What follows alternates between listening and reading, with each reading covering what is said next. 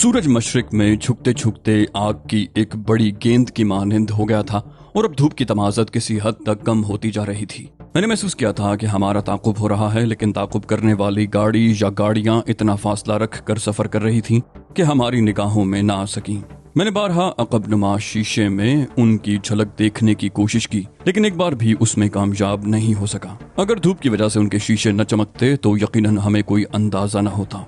Elliot, जैसा कि वो कह रहा था कि कई दिन से उन पहाड़ों में भटक रहा है और उनके पास न एमुनिशन है और ना खाना पानी है, तो फिर वो लोग उसे क्यों ना पकड़ सके और अब किसी गाड़ी को देखकर उसके पीछे क्यों लग गए हैं।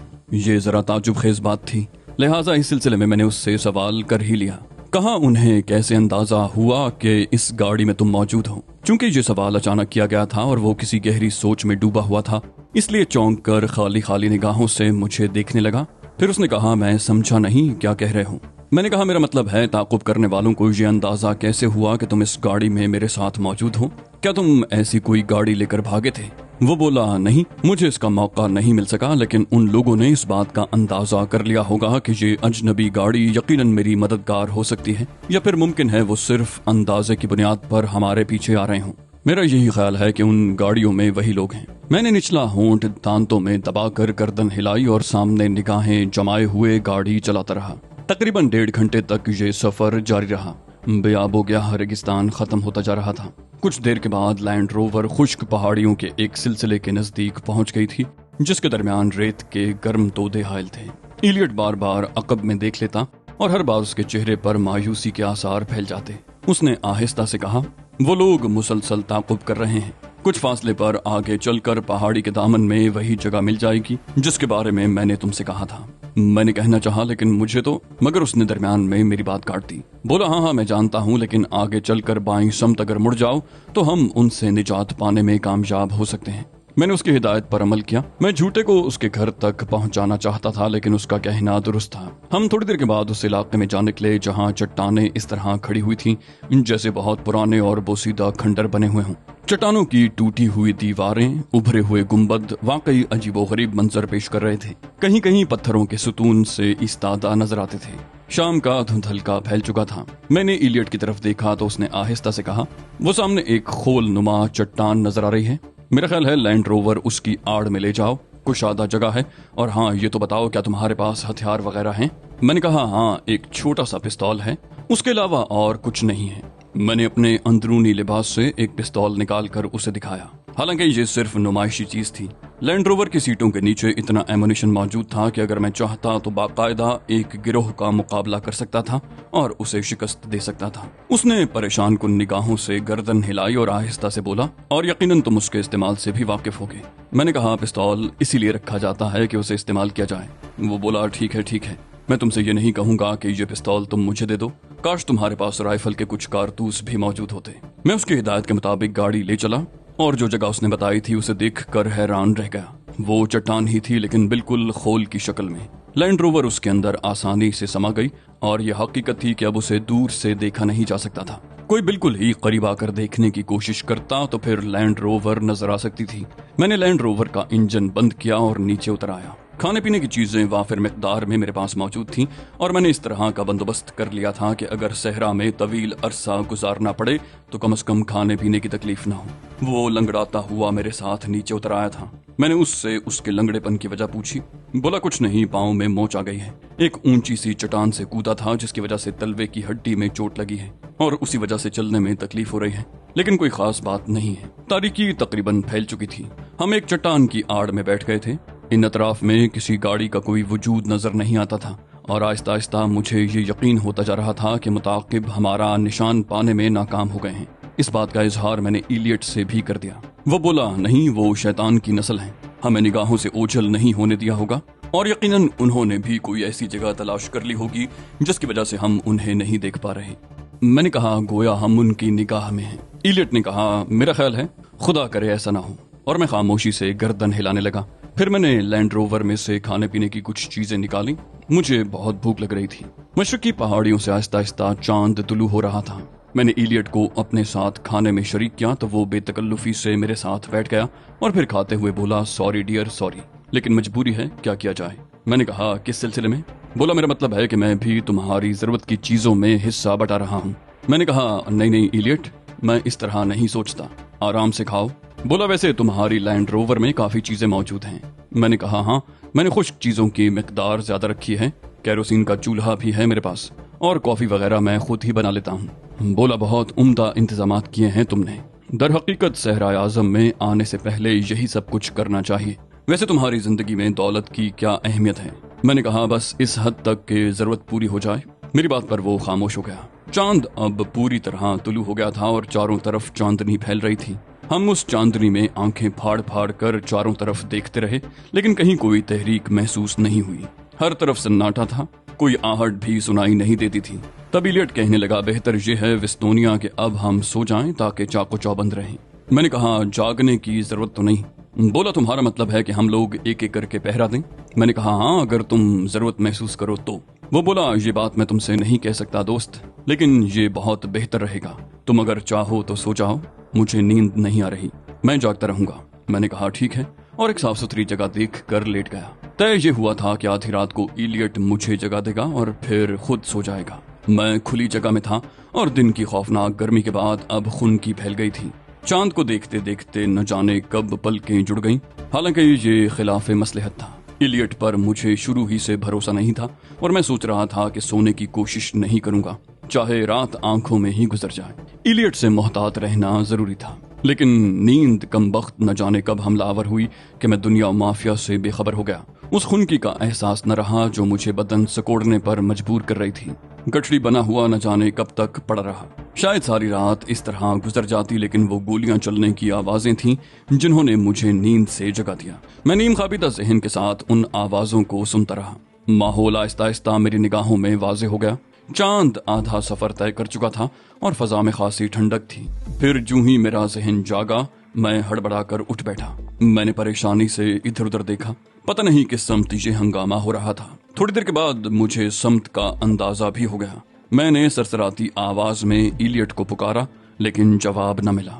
دفتن میرے ذہن پر جمی ہوئی دھند چھٹ گئی اور دوسرے لمحے میں اپنی جگہ سے اٹھ کر تیزی سے نیچے آ گیا۔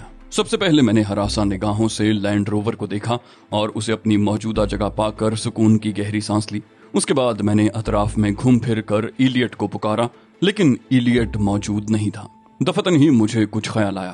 میں نے اپنے لباس کو چیک کیا تو پستول میرے لباس میں موجود نہیں تھا، اور اس کے بعد یہ اندازہ لگانے میں مجھے کوئی دقت نہیں ہوئی کہ ایلیٹ اب یہاں موجود نہیں ہے۔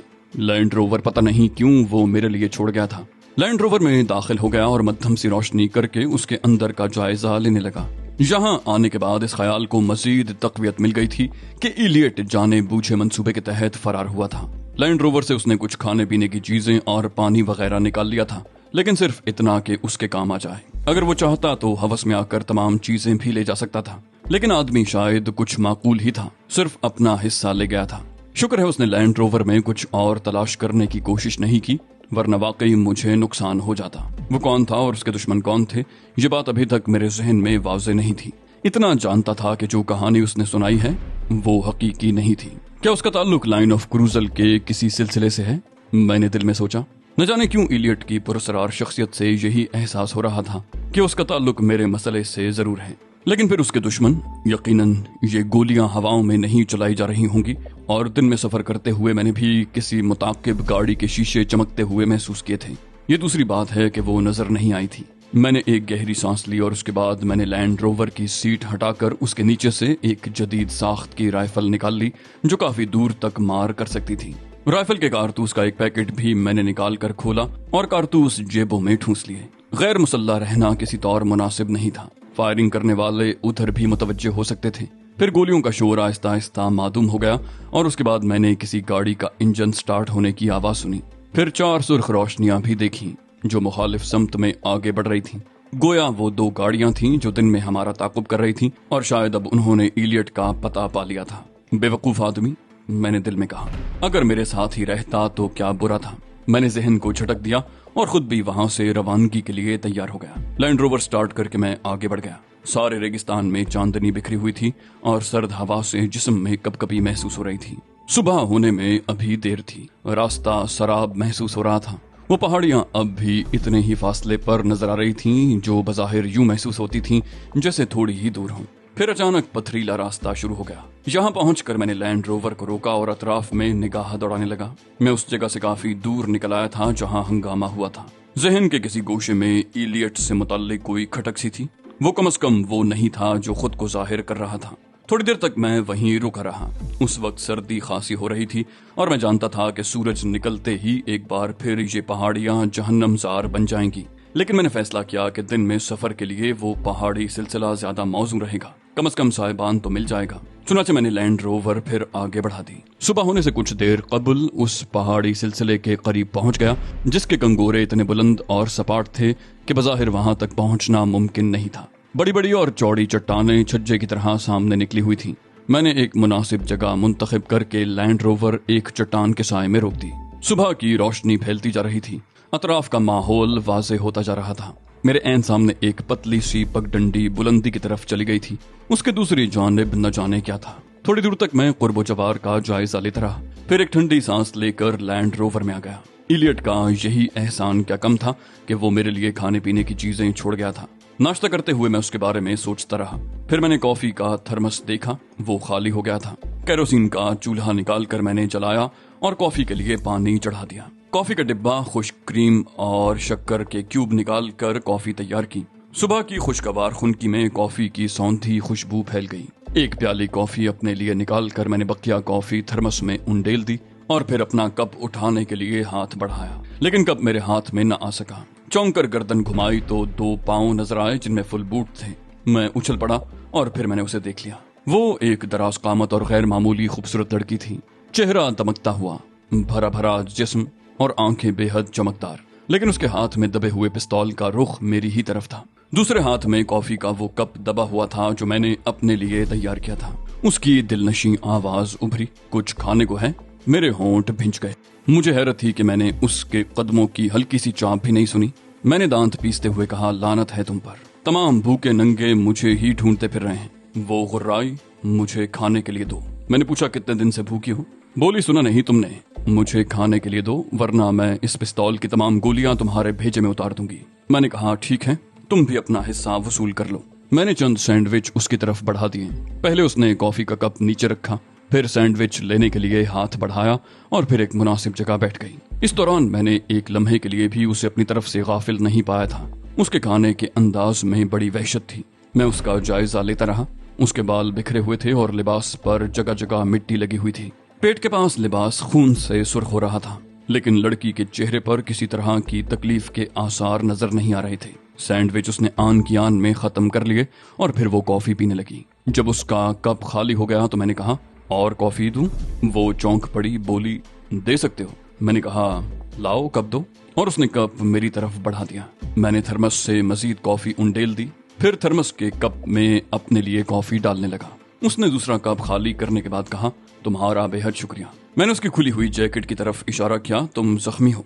वो आहिस्ता से बोली, हाँ। मैंने कहा, जैकेट उतार दो। वो फिर गुर्राने लगी, बको मत। मुझे उसकी बात पर हंसी आ गई। मैंने कहा, ठीक है, मैं तुम्हारी मजीद क्या खिदमत कर सकता हूँ? बोली, तुम यहाँ क्या कर रहे हो? मैंने कहा, झक मार रहा हूँ। बोली, इसी जगह झक मारते रहोगे या यहाँ से आगे बढ़ने का ख्याल भी है? मैंने कहा, मतलब बताओ। बोली, कुछ खतरनाक लोग यहाँ पहुँचने वाले हैं, तुम भी उनके चक्कर में आ जाओगे, इसलिए बेहतर है यहाँ से निकल चलो। मुझे भी अपने साथ ले चलो, थोड़ा फासला तय करने के बाद मैं उतर जाऊंगी। मैंने कहा, मैं तुम्हें सूरत से बेवकूफ नजर आता हूँ। बोली, उठो उठो, जाओ यहाँ से, जो कुछ मैं कह रही हूँ कर दो, वरना ये लैंड रोवर मुझे ड्राइव करना पड़ेगी। मैंने पूछा, और मेरा क्या होगा? उसने लहजे को सफाक बनाते हुए कहा, कुछ भी नहीं, तुम्हारी लाश गिद्ध खा लेंगे। मैंने एक गहरी सांस ली और फिर चौंक कर उसके अकब में देखने लगा। पुराना हरबा था, लेकिन इंसानी नफ्सियात में भी कोई तब्दीली नहीं हुई है। उसने नागन की तरह बल खाकर दूसरी तरफ देखा और उसका पिस्तौल मेरे हाथ में आ गया। उसके हलक से गुर्राहट सी निकली और फिर शायद वो पागल हो गई। उसने मेरे हाथ में पहुंच जाने वाले पिस्तौल की परवाह किए बगैर टांग घुमाई। मैंने उसे कलाई पर रोक लिया, लेकिन उसने फौरन ही पलट कर दूसरी टांग घुमाई। इस बार मैंने उसकी टांग पकड़ ली। लड़की फुर्तीली थी, सांप की तरह बल खा गई, लेकिन उसकी टांग मेरी गिरफ्त में रही। मुंह के बल गिरते हुए उसे दोनों हाथों का सहारा लेना पड़ा। मैंने सर्द लहजे में कहा, दूसरी कोशिश पर माफ नहीं करूंगा, और उसकी टांग छोड़ दी। वो जहां थी उसी जगह बैठ गई। میں نے پستول کھول کر اس کے چیمبر خالی کر دیے اور کارتوس جیب میں ڈال کر پستول ایک طرف اچھال دیا۔ اس کے بعد میں لینڈ روور میں داخل ہو گیا۔ فرسٹ ایڈ باکس لے کر میں اس کے قریب پہنچا اور سرد لہجے میں کہا، جیکٹ اتار دو۔ اس نے ایک بار نگاہ اٹھا کر مجھے دیکھا، پھر جیکٹ اتارنے لگی۔ میں نے اس کی مدد کی تھی، پھر اس نے قمیض بھی پتلون سے باہر کھینچ لی۔ گولی کا زخم تھا جو اس کی کمر سے رگڑتی ہوئی گزری تھی۔ میں نے اس بارے میں کوئی سوال نہ کیا اور اس کے زخم پر بینڈیج کر دی۔ وہ ساکت بیٹھی رہی۔ چند منٹوں کے بعد میں اپنے کام سے فارغ ہو گیا تو اس نے دوبارہ جیکٹ پہن لی۔ اب وہ خاموش سی تھی۔ اچانک ہوا کے دوش پر ایک آواز ابھری اور وہ کسی وحشت زدہ ہرنی کی طرح چونک پڑی۔ وہ آ گئے۔ بے اختیار اس کے منہ سے نکلا اور پھر اس نے کہا، پستول دے سکتے ہو مجھے؟ میں نے کہا، نہیں، آؤ، اور اسے سہارا دے کر اٹھا لیا۔ میں نے اسے لینڈ روور میں سوار کرایا اور خود لینڈ روور میں داخل ہونے ہی والا تھا کہ ایک فائر ہوا اور گولی میرے کان کو چھوتی ہوئی گزر گئی۔ میں پھرتی سے نیچے بیٹھ گیا، لیکن حملہ آور شاید قریب آ گئے تھے۔ چٹان کے عقب سے ایک غراہٹ ابھری اور پھر کسی نے مجھ پر چھلانگ لگا دی۔ وہ ایک بھاری بھرکم اور مضبوط آدمی تھا۔ ایک چمک سی میری آنکھوں کے سامنے لہرائی اور میں بر وقت سنبھل گیا۔ میں نے زمین پر لوٹ لگائی اور اس کے وار سے بچ گیا۔ حملہ آور کسی ارنے بھینسے کی مانند تھا۔ اس نے یک کے بعد دیگرے کئی وار مجھ پر کیے اور میں بچتا رہا۔ پھر ایک بار مجھے موقع مل گیا اور میں نے دونوں پاؤں جوڑ کر زمین پر لیٹے لیٹے اس کے پیٹ پر مارے۔ طاقت کچھ زیادہ ہی صرف ہو گئی۔ وہ اچھل کر پیچھے گرا اور اس کا سر ایک ابھرے ہوئے پتھر سے ٹکرا گیا۔ اس کے بعد وہ اٹھ نہ سکا۔ شکر تھا کہ لینڈ روور کی چابی اگنیشن میں نہیں تھی، ورنہ شاید لڑکی ہم دونوں کو رونتی ہوئی آگے بڑھ جاتی۔ وہ ساکت نگاہوں سے اس لڑائی کا منظر دیکھ رہی تھی۔ میں جلدی سے لینڈ روور کا دروازہ کھول کر اندر آ بیٹھا اور پھر میں نے گاڑی سٹارٹ کر کے آگے بڑھا دی۔ تھوڑا سا آگے بڑھا تھا کہ سیاہ رنگ کی ایک اور گاڑی نظر آئی جو اسی طرف آ رہی تھی اور اس کے ساتھ ہی بہت سے فائر ہوئے، لیکن کوئی گولی لینڈ روور تک نہیں آئی تھی۔ میں نے رفتار بڑھا دی اور پہاڑ کے دامن کی طرف چل دیا۔ راستہ بہت خطرناک تھا اور ذرا سی لغزش زندگی چھین سکتی تھی، لیکن میں پوری مہارت کے ساتھ گاڑی چلا رہا تھا۔ لڑکی نے جھٹکوں سے بچنے کے لیے کھڑکی زور سے پکڑ لی تھی۔ دوسری طرف سے مسلسل فائرنگ ہو رہی تھی۔ لڑکی نے آہستہ سے کہا، انہوں نے ہمیں دیکھ لیا ہے، اب وہ ہمارا پیچھا نہیں چھوڑیں گے۔ میں نے کہا، اطمینان سے بیٹھی رہو، اگر انہوں نے زیادہ گڑبڑ کی تو مارے جائیں گے۔ میں نے رفتار میں مزید اضافہ کر دیا۔ تعقب کرنے والے واقعی بے جگر لوگ تھے۔ وہ فاصلہ زیادہ نہیں ہونے دے رہے تھے۔ مجھے خطرہ تھا کہ لینڈ روور ان کی رینج میں نہ آ جائے۔ دفتن لڑکی حلق پھاڑ کر چیخی۔ جس راستے پر ہم سفر کر رہے تھے وہ اچانک ہی ختم ہو گیا تھا اور اب ہمارے سامنے تقریباً 7 فٹ چوڑی ایک کھائی تھی جو تیزی سے ہماری طرف بڑھ رہی تھی۔ اس کے بعد پھر ہموار پتھریلی سطح تھی۔ رفتار اتنی زیادہ تھی کہ لینڈ روور کو روکا نہیں جا سکتا تھا۔ میں نے گیئر تبدیل کیا اور ایکسلریٹر پر پاؤں کا پورا دباؤ ڈال دیا۔ گاڑی چونکہ بلندی پر تھی اور میں نے انتہائی کنٹرول اور چابک دستی سے یہ خلا عبور کرنے کی کوشش کی تھی، چنانچہ مجھے اس میں کامیابی حاصل ہو گئی۔ طاقتور لینڈ روور اس خوفناک خلا کو عبور کر کے دوسرے ہموار کنارے پر پہنچ گئی۔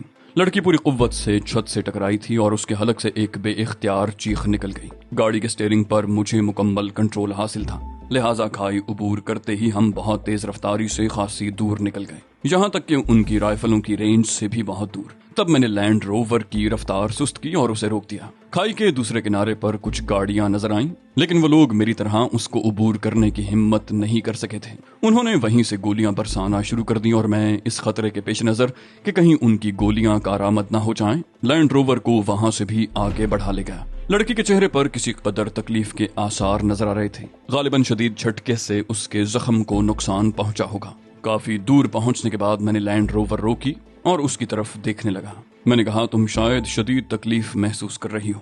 وہ بولی، نہیں، میں برداشت کر لوں گی، تم آگے بڑھتے رہو۔ میں نے گردن خم کر کے لینڈ روور آگے بڑھا دی۔ میرے نزدیک بھی اس وقت سفر جاری رکھنا مناسب تھا۔ چند منٹ کے بعد وہ بولی، ممکن ہے اس خلا کے علاوہ کوئی اور راستہ بھی ہو جسے طے کر کے وہ ہم تک پہنچ سکے، اس لیے ہمیں زیادہ سے زیادہ دور نکل جانا چاہیے۔ میں نے کہا، ٹھیک ہے، اور پھر کئی گھنٹے تک میں لینڈ روور ڈرائیو کرتا رہا۔